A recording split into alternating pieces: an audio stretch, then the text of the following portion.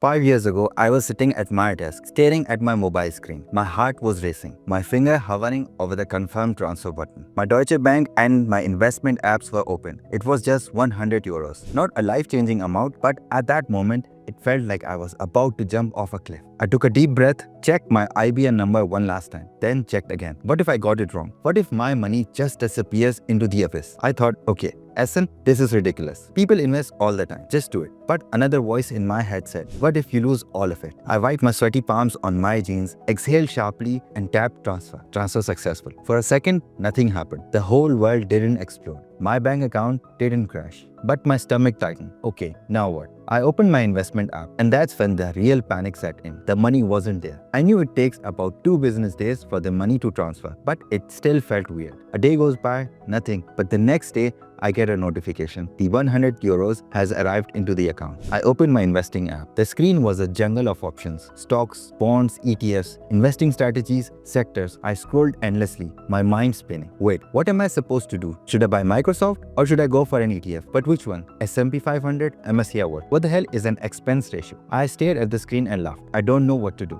But then I thought about inflation. How my 100 euros today wouldn't buy the same amount of groceries in 5 years. I remember reading that leaving money in a current account means losing purchasing power over time. The real risk wasn't investing. The real risk was doing nothing. I took a deep breath again and tapped on the S&P 500 ETF. 100 euros. Buy, and the rest is history. I know most of you are not making your first investment because you are having the same feelings I had 5 years ago. I know that it's scary, and that's why I have spent the last 5 years first educating myself and making content guiding others how to get over this fear. That is why in this video, I'm going to break it all down for you. How to make your first investment in Germany. Avoid beginner mistakes and make your money work for you. By the way, if you're new to the channel, my name is Essen, I'm a researcher, and on this channel, we discuss how to succeed financially in Germany. So investing is basically putting your money into something, whether that's stocks, real estate, or crypto, among many others, with the hope of getting more money back in the future. And the whole point of investing is basically to keep your money safe from inflation. Because on average, the euro loses about 2% of purchasing power every single year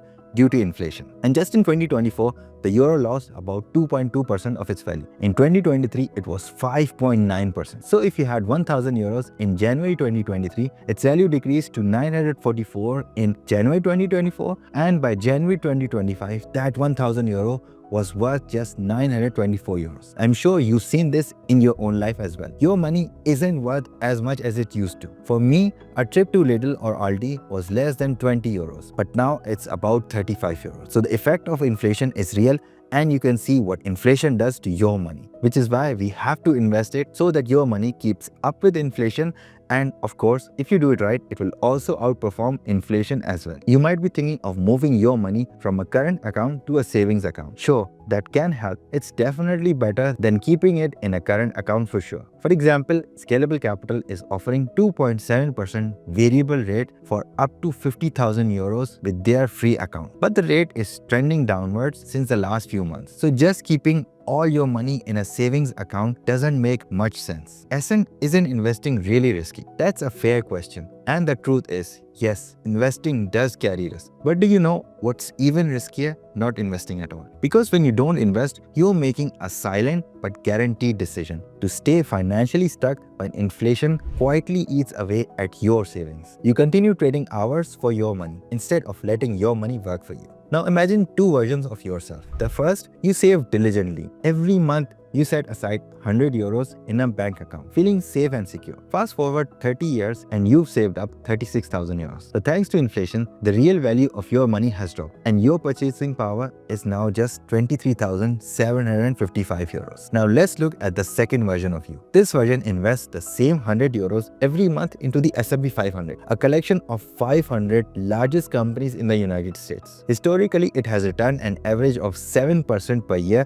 adjusted for inflation. After 30 years, instead of just 23,755 euros, your investments would have grown to an impressive 113,000 euros. That's the difference between barely keeping up and actually building wealth. So yes, investing has risks, but the far greater risk is never starting at all. So if you're new to investing and feeling intimidated, don't be. Get excited, because this is the key to earning more while working less. And who wouldn't want that? How to start investing? Two of the biggest things that most expats in Germany think about when we talk about investing are real estate and gold. Both of these are valid investments. But with real estate, you first need a really large amount of capital and gold needs to be stored securely. There is a third option as well, investing in the stock market, where you can theoretically start with just 1 year. To make your first investment in the stock market, you need to open an investment account. Now, there are many options to open an investment account in Germany. You can go to traditional banks and open an investment account with them. But a quicker and in most cases a cheaper option would be to pick an online-only platform. My first investment account in Germany was with Trade Republic. But these days, I prefer to use Scalable Capital. Both are great platforms, but Scalable Capital accepts more nationalities. The registration process is very simple, but you need a valid residence permit in Germany as you would need to verify your identity. Registration takes a couple of minutes and verifying the account would take a couple of days. Once you have a verified account, now you can start investing. Remember, simply transferring money from your checking account into the investment account doesn't mean that you have started investing. It just means that you have an investment account with money in it. At that point, it's basically like a low-interest savings account until you actually buy stocks and ETFs with the money that is in your investment account. Now you have to buy investments, which is the interesting part. I remember as soon as the money I sent from my checking account arrived in my investing account, I opened the app to invest in the stock market. It was extremely overwhelming. The app showed so many options: bonds, regions, investing strategies, industries and trends. I was so confused, as I am sure you might be as well. However, when you're deciding where to invest your first 100 euros in Germany, it comes down to basically two options. You can either invest in stocks or you can invest in ETFs. Don't worry, I'm going to explain both one by one. But before I continue, please hit the like button if you're getting value from this video and consider subscribing. You've probably heard of stocks before. Those little pieces of paper that hold a claim to a company's profits. But what exactly are stocks and how do they work? When you buy a stock, you're buying a small slice of that company. It's quite exciting because as the company grows and makes money, you get a piece of that pie. Whether it's in the form of stock value growth or dividends, that stock represents your share in the company's success. Let's say you love Microsoft. When you purchase Microsoft stock, you're not just buying shares, you're becoming a tiny owner of that tech giant. Now you might be wondering, how can I start investing in stocks? There are a couple of ways to jump into the stock market. Option 1, you can buy individual stocks. This means you pick companies you believe in, like Microsoft, and you buy those individual stocks. You're investing in that company alone. But there's another way. Option 2. You can invest in funds or ETFs, exchange traded funds. Think of a fund like a basket of different stocks. It's like purchasing a bundle of companies, all in one go. The benefit of this method, instant diversification. Instead of putting all your money in one stock, you get a tiny piece of many companies. If one company underperforms, your risk is lower because your other investments can balance it out. It's the magic of diversification. By investing in a lot of companies, you protect yourself from putting all your financial eggs in one basket. If one company crashes, your portfolio isn't wiped out. Instead, it's supported by other companies doing well. So now that you know about stocks and ETFs, what's the next step? How do you choose where to invest? There are plenty of funds out there and you have many options. Take a look at Scalable Capital, which offers a variety of funds and ETFs. The key here is to look for low-fee funds. Each fund or ETF charges a management fee for the services of managing all those stocks. It's typically a small fee, but every little bit counts. This fee is also known as the expense ratio. For example, the expense ratio could be anywhere between 0.05% to 3%, and it makes a huge difference. Anything under 0.5% is good, but I recommend avoiding funds with an expense ratio higher than 1%. A low expense ratio means more money stays in your pocket. Index funds like the S&P 500 ETF are often the best option. These funds track the performance of an index, like the top 500 companies in the United States. They are inexpensive and widely available. But beware of actively managed funds, where a professional manager picks the stocks. These often come with higher fees, and sometimes with even lower returns. Now let me show you why low fees matter. Let's say you're investing 100 euros a month. If the fund you choose has a 1% expense ratio,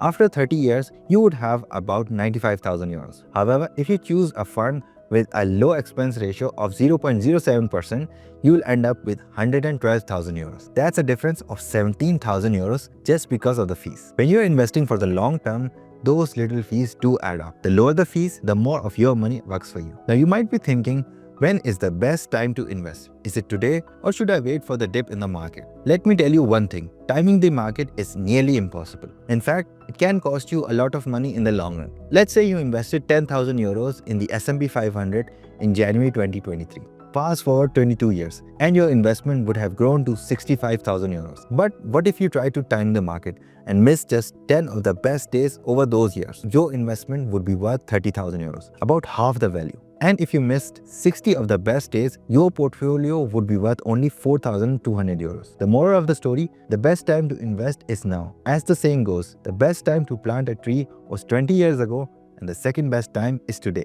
Investing consistently, no matter the market condition, is the key to building wealth over time. Okay, let's make things more practical. Let me share exactly how to invest your first euro in Germany. As I mentioned earlier, you need an investment account for that. My favorite is Scalable Capital. You can use this QR code or the first link in the description to sign up at no additional cost to you. Once you sign up and verify your identity, go to the Find section. Here you can search for any index fund or ETF. My favorite is the S&P 500, so I'm going to search for that. Then here I have many options to choose from. I have ETFs from iShare, Amundi and X-Trackers. Even within these, I have ACC, which means accumulating, which auto reinvest dividends, and DIST, which means distributing, and it distributes dividends. Once I have selected one of these ETFs, I can see the details like the costs. For this ETF, the TER is 0.07%, which is amazing. Here I am going to select a savings plan which lets me auto buy at a regular interval. Add my desired amount of investment. In our case, I'll be adding just €1. Select continue. After that, I can select the buying frequency, which is monthly,